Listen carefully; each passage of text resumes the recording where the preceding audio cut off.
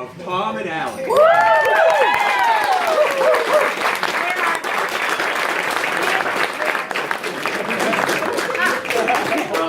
First of all, what we'd like to do is to thank you all very much for traveling from really far places to be with us all here tonight. I made it just a quick list of people I'm aware of, but we have people here from Connecticut. Whoa. There we go. Rhode Island. Massachusetts. Oh yeah. Maine. Vermont. They're tomorrow night. New Jersey. Pennsylvania. Georgia. Florida. Texas. Tennessee. Seattle, Washington. Los Angeles, California. And of course, London, England.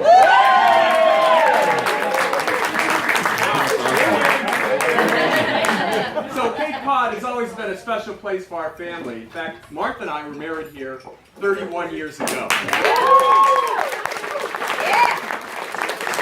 Martha and her three sisters basically spent their summers here growing up out in Truro. And we've had our kids, along with her sister's kids, here every summer for the past, 28, 29 years. So it's really special to us. So thank you all for coming. A special thanks also to the Brower family. To Michael, to Patty, to Danny and Lisa, you've done a wonderful job raising Allie. Absolutely. Nailed it.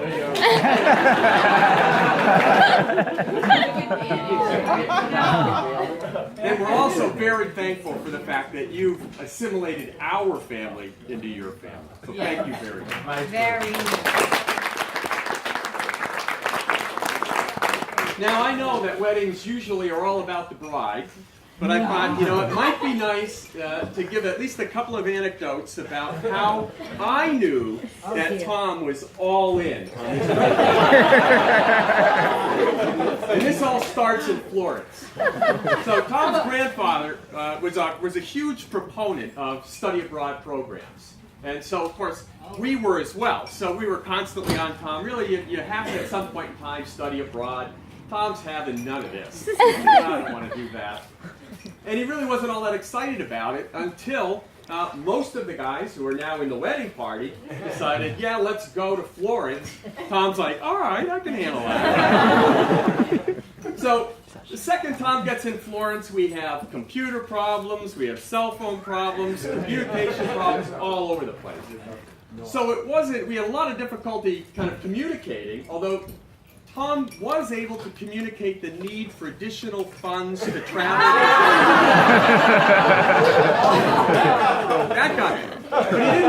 But we didn't have many phone calls. So it wasn't until close to the end of his time there that I was actually able to hook up on a Skype phone call. And I was like, Tom, boy, you must be really excited now about, coming back to the States and, joining your friends and everything. And he's like, yeah, I kind of really like it here. And I'm thinking on the phone, and it hits me. And my next question is, Tom, what's her name? And he says, Allie. And I knew then that this had to be a special woman if it's keeping him tethered to me. That's great.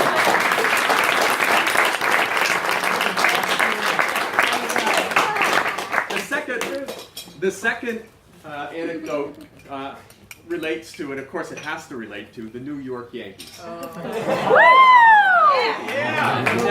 Now as a parent, I allow that to happen. And as a born Red Sox fan, we still have issues with respect to that.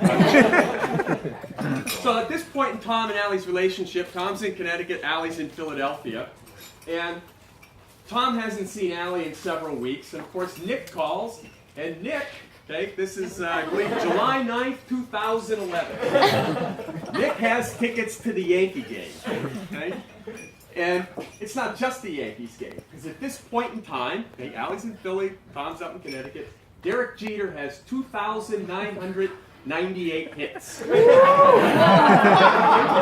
has tickets to the game. Calls Tom, says, Tom, you want to go to the Yankee game? So, Tom's dilemma. The Yankees and Derek Jeter, or Allie? So, what I can tell you, and I'm sure all of us are glad that Tom chose Allie.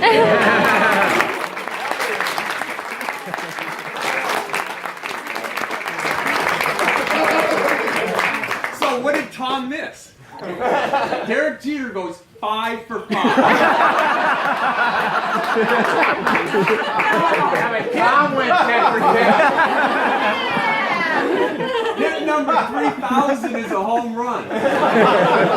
Derek Jeter comes up to bat in the bottom of the ninth in a tie game and singles in the win.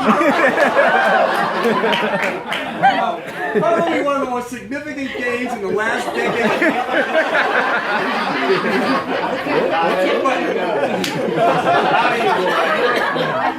But Tom chose Allie.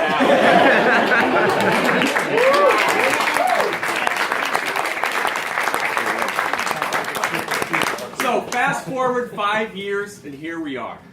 I never said it was going to be quick. Tom comes by that honestly. It took me 8 years. So, in honor of Tom and Allie, I propose a toast. To love, to laughter, to life ever after. Cheers. Cheers.